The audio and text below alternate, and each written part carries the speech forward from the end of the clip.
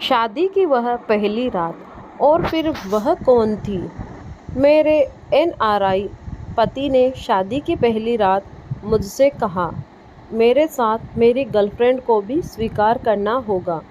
किसी ने ठीक कहा है कि लाइफ में कभी भी कुछ भी हो सकता है। जीवन में कुछ भी निश्चित नहीं है। कब क्या हो जाए यह आप कभी नहीं जान पाएंगे।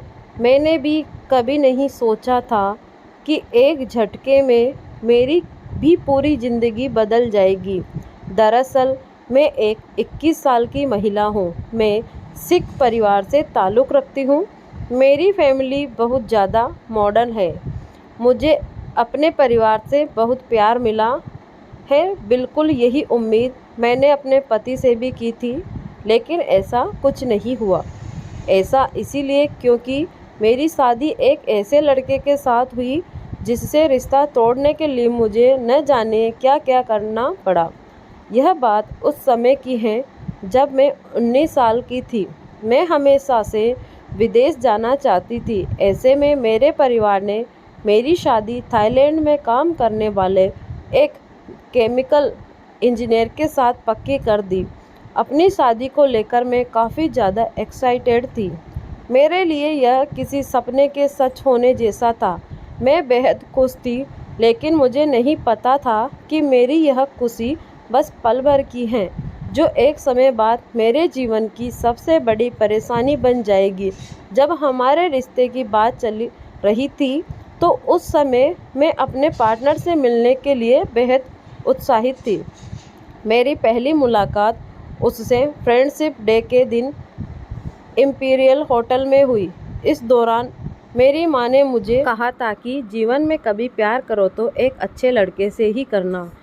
मैंने बिल्कुल वैसे ही किया। उसने मुझे पूछा कि क्या मैं पहले कभी रिलेशनशिप में रही हूँ, तो मैंने साफ मना कर दिया। लेकिन जब यही सवाल मैंने उससे किया, तो उसने मुझसे कहा कि उसके काफ़ी सारे दोस्त हैं, लेकिन कोई गर्लफ्रेंड नहीं है। हालांकि यही हमारी शादी में सबसे बड़ा झूठ था। मैं आपसे छुपाना नहीं चाहती, मेरे पिता कभी नहीं चाहते थे कि मैं इस लड़के से शादी करूं, लेकिन मेरी माँ इस रिश्ते के लिए बहुत ज़्यादा उत्सुक थी। उनके मुताबिक यह मेरे लिए परफेक्ट मैच था। हालांकि दोनों की अलग अलग सोच के कारण मेरे पेरेंट्स के बीच काफ़ी झगड़े भी होने लगे, लेकिन इसी बीच हमारी शादी हो गई। ऐसे में शादी की पहली रात मेरे पति ने मुझसे पूछा, क्या मैं वर्जिन हूँ? जब मैंने हाँ में जवाब दिया, तो उन्होंने कहा कि मेरी एक ही गर्लफ्रेंड है, आपको मेरे साथ उसे भी स्वीकार करना होगा। शादी के पहले ही दिन मुझे इस रिश्ते में घुटन महसूस होने लगी थी। ऐसा इसीलिए क्योंकि जिस आदमी से मेरी शादी हुई थी वह किसी और से प्यार करता था। इस दौरान मैंने मन में अजीब अजीब ख्याल आने लगे। ऐसी शादी का क्या भविष्य होगा जिसमें आपका पति आपको नहीं बल्कि किसी और को पसंद करता है। उसकी इस बात को लेकर मैं पूरी तरह हैरान रह गई। इतना ही नहीं, हमारी सुहागरात के दिन वह रात को 3 बजे लौटा। उसने ड्रिंक की हुई थी। इस दौरान उसने मुझ पर मानसिक रूप से बीमार होने का आरोप लगाया। उसने मुझसे कहा कि मैं बदसूरत हूँ। हमारे बीच इतना सब कुछ चल ही रहा था कि इस बीच एक सप्ताह के लिए हम कांवरी घूमने गए। वहाँ उसने मुझे खाना नहीं दिया। वह जानता था कि मैं हार्डकोर वेजिटेरियन हूँ, लेकिन उसने मुझे केकड़ा खाने के लिए कहा। कुछ दिनों बाद वह मुझे एक मनोचिकित्सक के पास ले गया। उसने मुझे कुछ ऐसी गोलियाँ दी थी जिसकी वजह से मुझे लगातार नींद आती रहती थी। उसके साथ ही अजीब सा महसूस कर रही थी। उसके बाद भी मैंने हमेशा उससे दोस्ती करने की कोशिश की। एक दिन उसकी हरकतों से बहुत ज़्यादा परेशान होकर मैंने उससे कहा कि कम से कम आप मुझे अपनी पत्नी का दर्जा तो दे ही सकते हैं।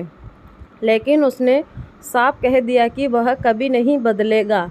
इतने सब से ही उसका मन नहीं भरा, तो उसने मुझे गाली देना और पीटना शुरू कर दिया था। एक दिन मेरी सास ने उससे कहा कि मुझे वापस इंडिया भेज दो। मैं वापस अपने देश आ गई, लेकिन इस दौरान भी मेरे मन में यही उम्मीद थी कि शायद मेरी अनुपस्थिति में उसे मेरी अहमियत समझ आए। लेकिन ऐसा नहीं हुआ। मेरे आने के बाद उसने मुझे एक फ़ोन तक नहीं किया। शादी में 2 साल तक रहने के बाद मेरे पिछले साल जनवरी में उससे अलग होने का फ़ैसला किया।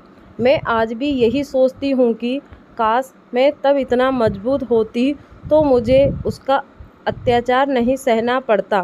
फ़िलहाल मैं अपने तलाक और सेटलमेंट का इंतज़ार कर रही हूँ। मैं विदेश में पढ़ाई करना चाहती हूँ। हालांकि कुछ चीज़ें मुझे अभी भी बहुत ज़्यादा परेशान करती हैं, लेकिन अच्छी बात तो यह है कि मैं ज़िंदा हूँ।